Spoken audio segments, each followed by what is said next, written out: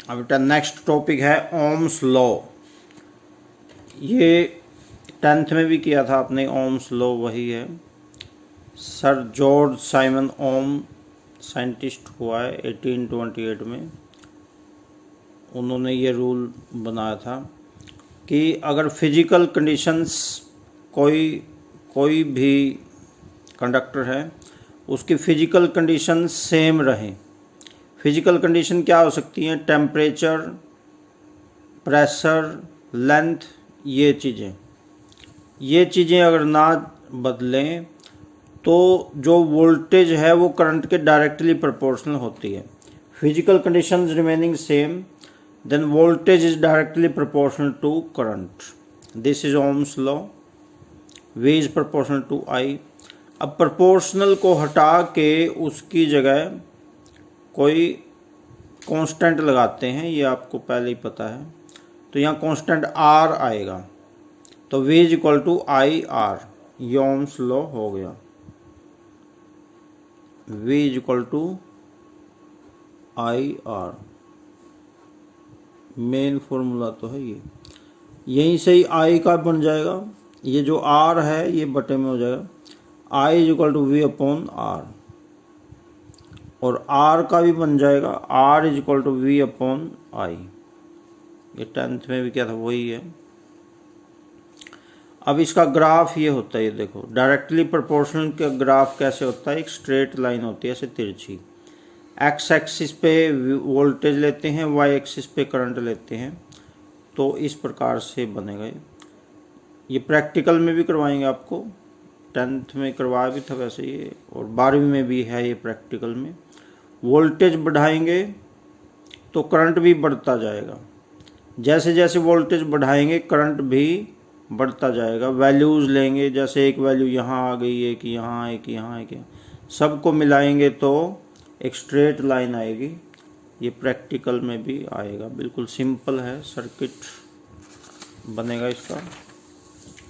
तो आगे है resistance of a conductor. Resistance तो पता ही है आपको। The position of offered by any object to the electric current is called resistance. कोई भी वस्तु है वो करंट चलने का विरोध करती है। अपने अंदर से करंट, कोई नहीं चाहता कि उसके अंदर से करंट चले। हर एक वस्तु, हर एक फिजिकल ऑब्जेक्ट करंट चलने का विरोध करता है। कोई ज़्यादा करता है, कोई कम करता है। तो उस विरोध को, उस अपोजिशन को रेजिस्टेंस कहते हैं। और ओम्स लॉ से रेजिस्टेंस का फॉर्मूला V अपॉन आई। तो यूनिट इसकी रेजिस्टेंस की ओम होती है। अगर इसकी डेफिनेशन ओम की खुद बना सकते हैं। V की जगह 1 वोल्ट लिख लो और I करंट की जगह 1 एम्पियर लिख लो, तो वोल्ट पर एम्पियर। ओम का मतलब वोल्ट पर एम्पियर भी होता है। अब इसकी डेफिनेशन खुद बना सकते हैं। The resistance of a conductor will be 1 ohm if 1 volt potential difference is applied across its ends and a 1 ampere current flows through it, then its resistance is said to be 1 ohm. 10th में भी आपको करवाया था और लिखवा भी था। तो अपने आप बना सकते हैं ये डेफिनेशन, तो बिना याद किए अपने आप बना सकते हैं। आगे काज ऑफ रेजिस्टेंस, ये चीज़ 10th में नहीं थी। अब कुछ डिटेल आएगी। टॉपिक्स हो सकता है वही हों 10th वाले, लेकिन उन्हीं टॉपिक्स को डिटेल में करना पड़ेगा। जैसे जैसे क्लास बड़ी होती जाती है तो वही टॉपिक्स और डिटेल में आते हैं। टॉपिक्स वे रहते हैं। अब रेजिस्टेंस का कारण क्या है? अब इसको सिंपली ऐसे समझ लो, जैसे कोई नहर है, नहर में पानी चल रहा है। अब एक जगह पे उस नहर में बहुत सारे मोटे मोटे पत्थर पड़े हैं, रेत पड़ा है, और बड़े बड़े पौधे उगे हुए हैं नहर में, पानी के पौधे। तो ऐसी जगह पे पानी को चलने में दिक्कत आएगी कि नहीं आएगी? और एक जगह ऐसी है ना, वहाँ पत्थर है ना वहाँ पौधे उगे हुए हैं, ना रेत है, बिल्कुल क्लियर है। नीचे से भी बिल्कुल चिकनी चिकनी परत है, नीचे से भी नहर की। और मान लो फर्श दिया हुआ है नीचे, तो वहाँ पे तो पानी फ्री फ्लो करेगा, बिल्कुल आसानी से फ्लो करेगा। तो इसी प्रकार से इलेक्ट्रिक रेजिस्टेंस का यही इसी टाइप का ही कारण होता है। जैसे कोई भी मटेरियल है, उसमें जब इलेक्ट्रॉन्स चलते हैं, करंट चलता है, करंट चलने का मतलब इलेक्ट्रॉन चलते हैं।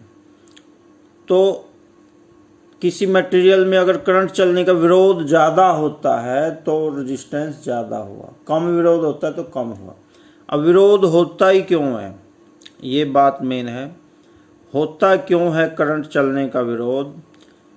क्योंकि जब फ्री इलेक्ट्रॉन्स चलते हैं तो वो इलेक्ट्रॉन्स, उनके रास्ते में कहीं पे एटम्स आते हैं, कहीं पे आयन्स आते हैं, वो उनसे टकराते रहते हैं।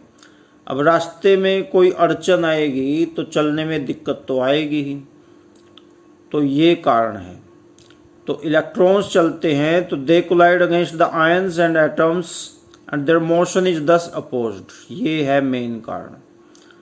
तो किसी मटेरियल में तो आयन्स और एटम्स थोड़े टकराते हैं उनसे, तो उनका तो रेजिस्टेंस कम हो जाता है। रेजिस्टेंस कम होगा तो करंट ज़्यादा होगा, तो फुल करंट ऐसे मटेरियल्स में चल पाएगा।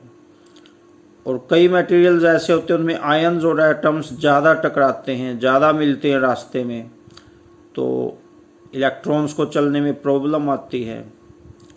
इलेक्ट्रॉन्स को प्रॉब्लम आएगी तो करंट भी कम चलेगा, तो उनका रेजिस्टेंस ज़्यादा होगा। This is cause of resistance. ये टॉपिक समझ के फिर खुद लिखना है आपने। याद करके अगर लिखने पड़ गए टॉपिक्स तो नहीं चल पाएगी साइंस। टॉपिक को समझ के उसको खुद बनाओ, तब साइंस चल सकती है। क्योंकि याद करके लिखने लग गए तो इतनी सारी चीज़ें याद कर ही नहीं सकते।